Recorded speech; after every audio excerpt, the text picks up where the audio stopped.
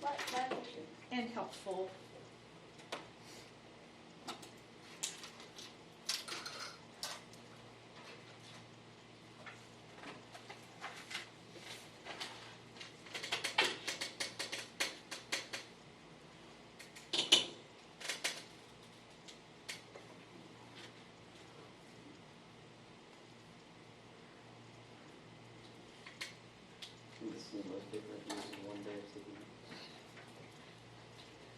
It takes up a lot of space. It does. We only did like 5 problems. And it's taken up 6 It could have days. been more if we hadn't have synthetically divided, chosen good numbers.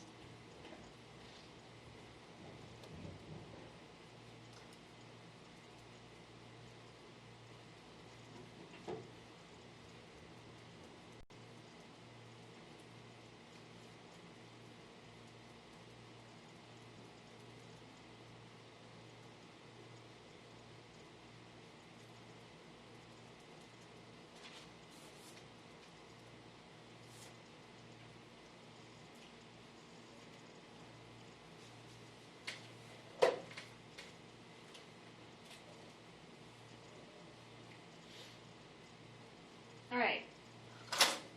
This sounds crazy, but I think when we do it, you'll see, and it's very useful. It helps. It's really going to help when you're trying to solve, especially if it's like a quartic, and you're trying to figure out what your solutions might be, and then you get to the end, and you're trying to figure out whether or not you factor. If you do Descartes' rule at the beginning, you'll know. So it just says that the number of positive real zeros. So first of all, the degree tells us the number of zeros, but it doesn't tell us if they're real or imaginary.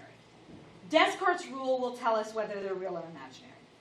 So the number of positive real zeros of f of x is equal to either the number of sign changes in f of x or that number less an even integer, which is almost always 2, but it could be 4 if we're not going to do anything that's that big, so it won't be 4 for us, but it could be.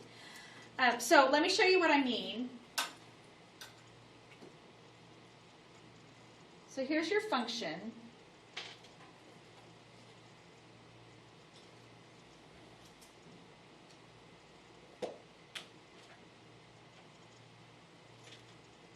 And you are literally going to count the number of times the sign changes.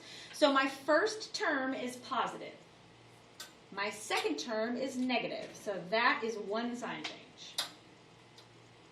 Then it goes negative to positive again. So that's a sign change. It stays positive on the next one, so that one doesn't count. But then it goes from positive to negative, so that's another sign change. So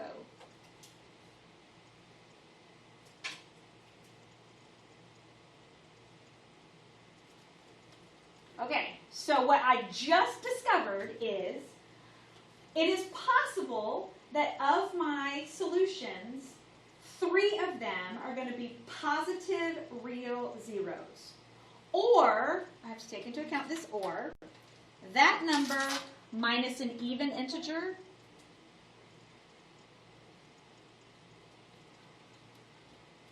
so I'm going to make a little chart over here.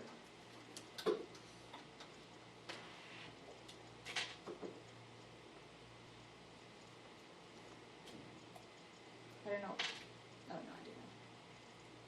I should have put the 0 right there, but that's okay.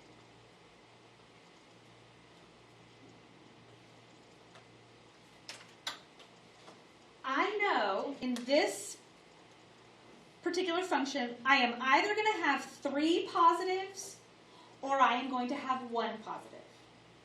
Because that's what Descartes' rule told me. It can't be anything but that. Descartes discovered that for us. So there's either going to be 3 real zeros or there's going to be 1 real zero. They're not all going to be imaginary. It can't be anything but that. Does that make sense? So I know in my little chart over here, I either have 3 positive zeros or I have 1 positive real zero. All right, so that's the first part of Descartes' rule. So part B,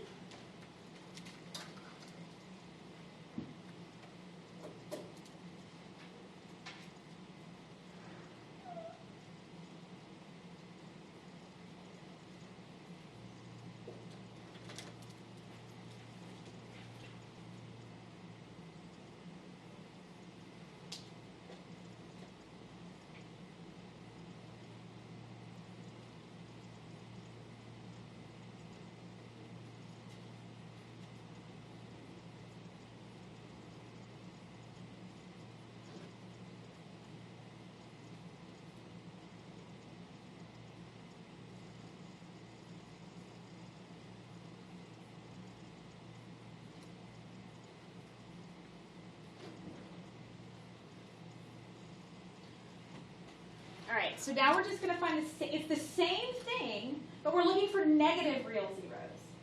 So what I have to do before I count sign changes is, if you look, my function right here, it says the sign changes in f of negative x.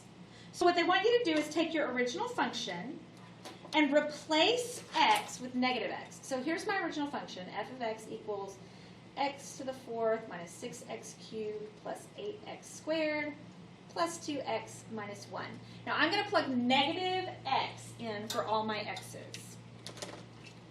So negative x to the fourth minus 6 times negative x cubed plus 8 times negative x squared plus 2 times negative x minus 1. Now I need to simplify that. Well, negative x to the fourth, does that come out positive or negative? Positive. So that's going to be x to the fourth. Negative x to the third. That comes out negative, and the 6 was already negative, which means now it's going to be positive 6x cubed. Negative x squared is going to be positive 8x squared. Negative x times 2 is going to be minus 2x minus 1. Now you count sign changes. So it's positive, it's positive, it's positive. Right here it goes negative, and it remains negative, which means 1 negative real root. Or that minus an even integer, but 1 minus 2 is negative, and you can't have a negative amount of something. So it is 1 negative real root. I know it is. It has to be, because that's what Descartes' rule says. Which means if I go back up to my chart, how many zeros is this function going to have? 4. All right, so if I go back up to my chart, if I have 3 positive and 1 negative, do I have any roots that are 0 or imaginary? No. If I have 1 positive and 1 negative, could I have any that are 0 or any that are imaginary? How many? 2. Now, you'll know if you have 0 as a root by whether or not you have a constant. If there's a constant at the end, 0 is not a root. The only time 0 is a root is if all you have x's, okay? So that means that I have to have, in this case, 2 imaginaries. So this tells me what the breakdown is going to be. When I go to solve this, I know that's what it's going to be in the end.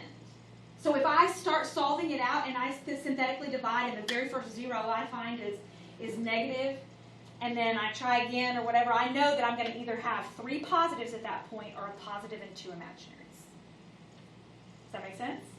Let me give you one. We're not even going to solve it. I just want you to tell me the number of imaginaries and etc. are real positives and real negatives.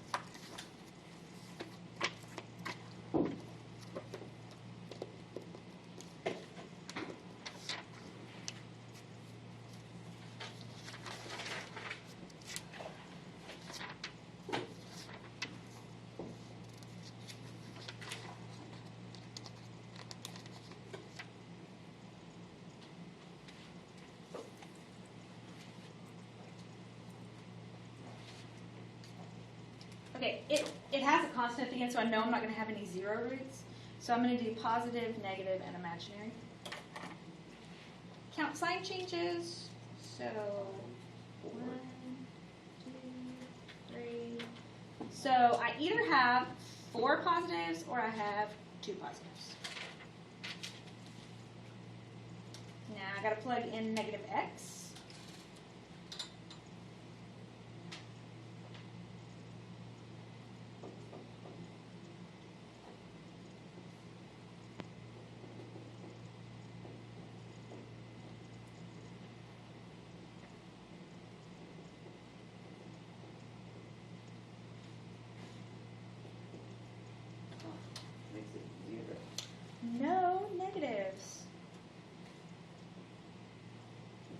which means It has to be full. in this case it has no imaginaries, but in this case it might have 2. Nice. Everybody good? Awesome. All right, it's open. Now brain cells I just lost, not gained from doing that.